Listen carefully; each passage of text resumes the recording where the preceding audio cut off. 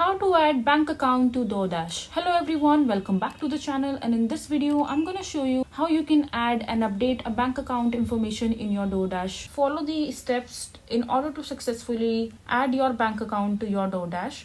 So just go to the settings in your device and give the Dasher app access to your camera.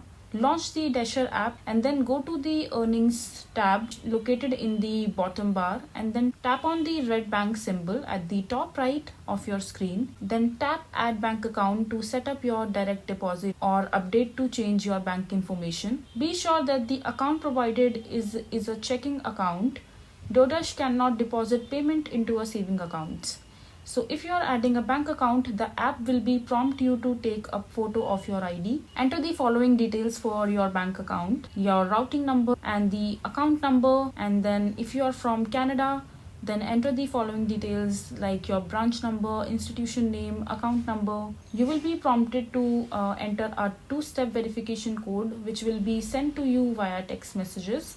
If you do not receive a text, tap resend code and redirect the message to your email. If you choose email, check your email folders for a verification code from Doordash. So this is how you will be able to add bank account to Doordash. I hope you find this video to be helpful.